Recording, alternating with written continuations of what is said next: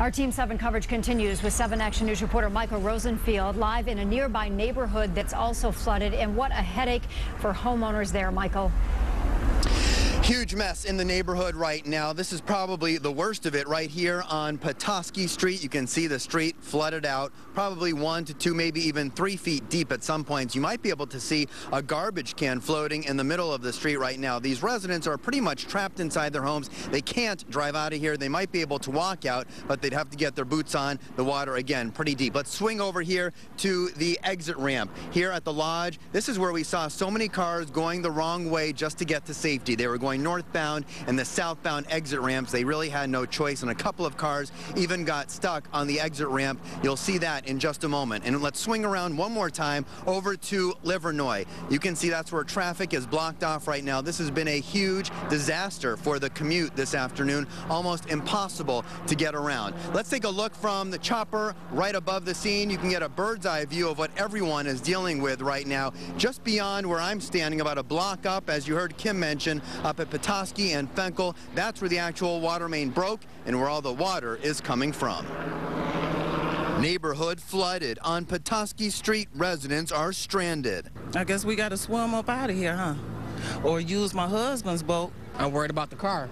That's my car and mine as well, and we have to probably call the insurance company to get it fixed because it's flooded all the way up to the pretty much the hood and the trunk of the vehicle. Semis moving backward to get off the lodge. Cars were forced off here. One got stuck blocking traffic. An MSP trooper helped push him out, and then the driver got stuck again. Man, I came from Southfield. I seen it was traffic, but man, once I got to past the Livernois, I seen it was just water everywhere coming from the service drive. And then, man, my car cut off, man. So much water, man. Water got straight to the motor.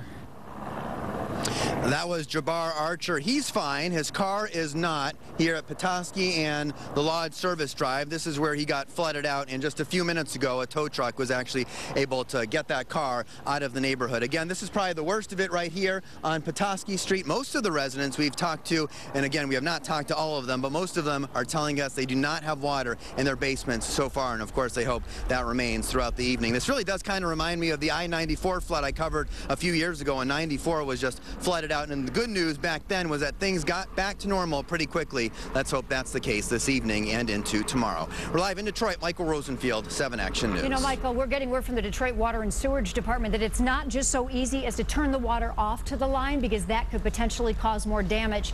I'm wondering where you're standing. Does it appear to be either subsiding or getting worse in the time you've been there, or just kind of staying the same? I would say over the last couple of hours, it seems to me that the water pressure and the water going down Petoskey Street and onto the lodge has subsided a little bit. But you can see, as we're looking at it live right now, there is still a lot of water flowing down from Fenkel, from where that water main broke, down Petoskey, down to the service drive we're looking at right now, and going right down the southbound lanes onto the lodge. So they've got a long way to go to clean this up. Yeah, they certainly do. And it was interesting to hear that you can't just flip it off, because I think we all thought, you know, isolate it, turn it off, but there's more to it. Michael, thanks so much for the live report.